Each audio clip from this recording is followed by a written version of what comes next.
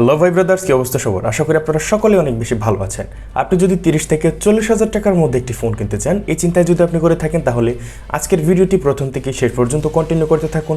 আজকের ভিডিওতে 30 থেকে 40,000 টাকার মধ্যে মার্কেটে থাকা সব থেকে সেরা 3টি ফোন নিয়ে আলোচনা করতে যাচ্ছি। ভিডিও জুড়ে আমি থাকবো মেহেদি হাসান, আপনারা দেখছেন জিরো কনসেপশন। আজকের ভিডিওতে প্রথমে যে ফোনটি নিয়ে কথা বলবো সেই ফোনটির নাম হচ্ছে ইনফিনিক্স 030। এই ফোনটি বাংলাদেশে অল্প কিছুদিন আগে রিলিজ হয়েছে, আপনারা জানেন। তবে বাংলাদেশ মার্কেট থেকে এই ফোনটি আপনারা আনঅফিসিয়ালি পেয়ে যাবেন 8256 ভ্যারিয়েন্টে 36,990 টাকায়। এই ফোনটিতে ডিসপ্লে হিসেবে পেয়ে যাবেন 6.78 ইঞ্চি একটি ফুল এইচডি প্লাস ডিসপ্লে, এবং এই ডিসপ্লেটির রেজলিউশন হচ্ছে 1080x2400 পিক্সেল। এই ডিসপ্লেটিতে আপনারা পিপিআই ডেন্সিটি পেয়ে যাবেন 388 পিপিআই, কর্নিং গরিলা গ্লাস 5 এর প্রোটেকশন সহ 144 hertz higher refresh rate, 900 nits peak brightness পর্যন্ত উঠতে পারে এই ফোনটির ডিসপ্লে।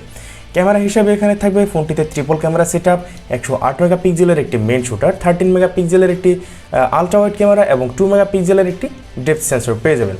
ফোনটি দিয়ে সর্বোচ্চ ভিডিও রেকর্ড করতে পারবেন 4K রেজলিউশনে 30 এফপিএসে, এবং এই ফোনটির সেলফি ক্যামেরায় থাকবে 50 মেগাপিক্সেলের একটি সেলফি শুটার। এই সেলফি শুটারটির দিয়েও আপনারা ভিডিও রেকর্ড করতে পারবেন 4K রেজলিউশনে 30 এফপিএসে। ফোনটিতে ব্যাটারি হিসেবে আপনারা পেয়ে যাবেন 5000 mAh একটি ব্যাটারি এবং 68 ওয়াটের একটি ফাস্ট চার্জার কিন্তু পেয়ে যাবেন।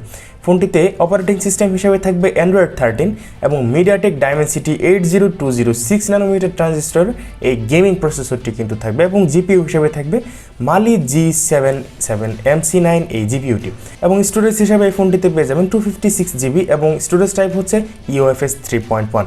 ফোনটিতে স্টেরিও স্পিকার থাকবে আর হচ্ছে 3.5 মিলিমিটার জ্যাক কিন্তু পাবেন না। ফোনটিতে ফিঙ্গারপ্রিন্ট থাকবে এই ফোনটির ডিসপ্লেতে, অর্থাৎ আন্ডার ডিসপ্লে ফিঙ্গারপ্রিন্ট থাকবে। তারপরে হচ্ছে জাইরোস্কোপ থাকবে, প্রক্সিমিটি থাকবে, ই কম্পাস থাকবে। এই ফোনটি আপনার জন্য গেমিংয়ের জন্য এবং অ্যাজ ইউজুয়াল ইউজের জন্য একটি আদর্শ চয়েস কিন্তু হতে পারে। এরপর আমরা কথা বলবো বাংলাদেশে এই মাসে রিলিজ হওয়া একটি দুর্দান্ত ফোনকে নিয়ে। এই ফোনটির নাম হচ্ছে রেডমি নোট 13। এই ফোনটি বাংলাদেশ মার্কেট থেকে আনঅফিসিয়ালি 12256 ভ্যারিয়েন্টে পেয়ে যাবেন 36,500 টাকায়। তবে এই ফোনটি বাংলাদেশ মার্কেটে আরও কিছুটা প্রাইস কমবে। যখন এই ফোনটি বাংলাদেশ মার্কেটে অফিসিয়ালি লঞ্চ হবে, তখন আশা করা যায় এই ফোনটির প্রাইস আরও কিছুটা কমে আসবে। এবার জেনে নেওয়া যাক এই ফোনটিতে কী কী স্পেসিফিকেশন অফার করছে। ফোনটিতে থাকবে 6.67 ইঞ্চি একটি অ্যামোলেড ডিসপ্লে, এবং এই ডিসপ্লেটি সাপোর্ট করে 1 বিট কালার সাপোর্ট। তারপরে হচ্ছে এই ডিসপ্লেটির রেজলিউশন হচ্ছে 1080x2400 পিক্সেল, এবং এই ডিসপ্লেটিতে আপনারা পেয়ে যাবেন 395 PPI density, Corning gorilla glass 5 এর প্রোটেকশন সহ 120 হার্টজের হায়ার রিফ্রেশ রেট থাকবে, এবং 1200 নিটস পিক ব্রাইটনেস পর্যন্ত উঠতে পারে এই ফোনটির ডিসপ্লে। এই ডিসপ্লেটি কিন্তু যথেষ্ট ব্রাইট এবং সুন্দর একটি ডিসপ্লে, এবং এই ডিসপ্লেটি অবশ্যই আপনাকে স্যাটিসফাইড করবে। অপারেটিং সিস্টেম হিসাবে এই ফোনটিতে থাকবে অ্যান্ড্রয়েড 13 এবং MIUI 14। মিডিয়াটেক ডাইমেনসিটি 60806 ন্যানোমিটার ট্রানজিস্টরের এই প্রসেসরটি থাকবে। এই প্রসেসরটি কিন্তু গেমিংয়ের জন্য একটি দুর্দান্ত প্রসেসর, এবং আমরা আশা করি এই ফোনটি কিন্তু গেমিংয়ে একটি দুর্দান্ত পারফর্ম করতে পারবে। ফোনটিতে ক্যামেরা হিসেবে থাকবে 100 মেগাপিক্সেলের একটি মেইন শুটার এবং 2 মেগাপিক্সেলের একটি ডেপথ সেন্সর, 16 মেগাপিক্সেলের একটি ফ্রন্ট ফেসিং ক্যামেরা থাকবে।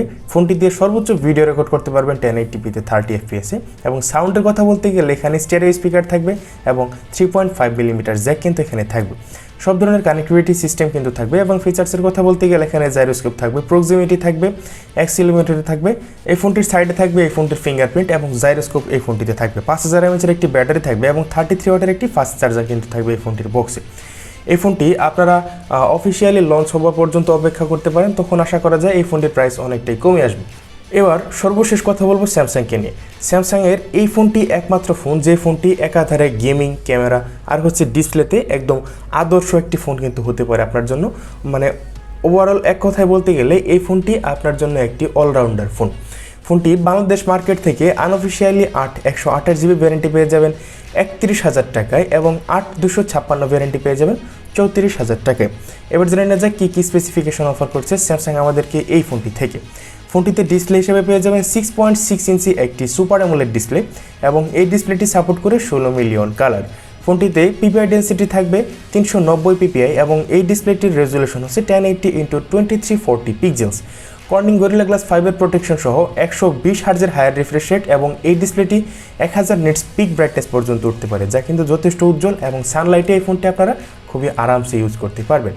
এবার জেনে নেওয়া যাক অপারেটিং সিস্টেম হিসেবে এখানে কি থাকছে। অপারেটিং সিস্টেম হিসেবে থাকবে এখানে অ্যান্ড্রয়েড 13 এবং One UI 5 এবং মিডিয়াটেক ডাইমেনসিটি 10806 ন্যানোমিটারের এই প্রসেসরটি থাকবে। ফোনটিতে ক্যামেরা হিসেবে এখানে থাকবে ট্রিপল ক্যামেরা সেটআপ, 48 মেগাপিক্সেলের একটি মেইন শুটার থাকবে, 8 মেগাপিক্সেলের একটি আলট্রাওয়াইড ক্যামেরা থাকবে এবং 5 মেগাপিক্সেলের একটি ম্যাক্রো সেন্সর থাকবে এবং 13 মেগাপিক্সেলের একটি সেলফি শুটার থাকবে।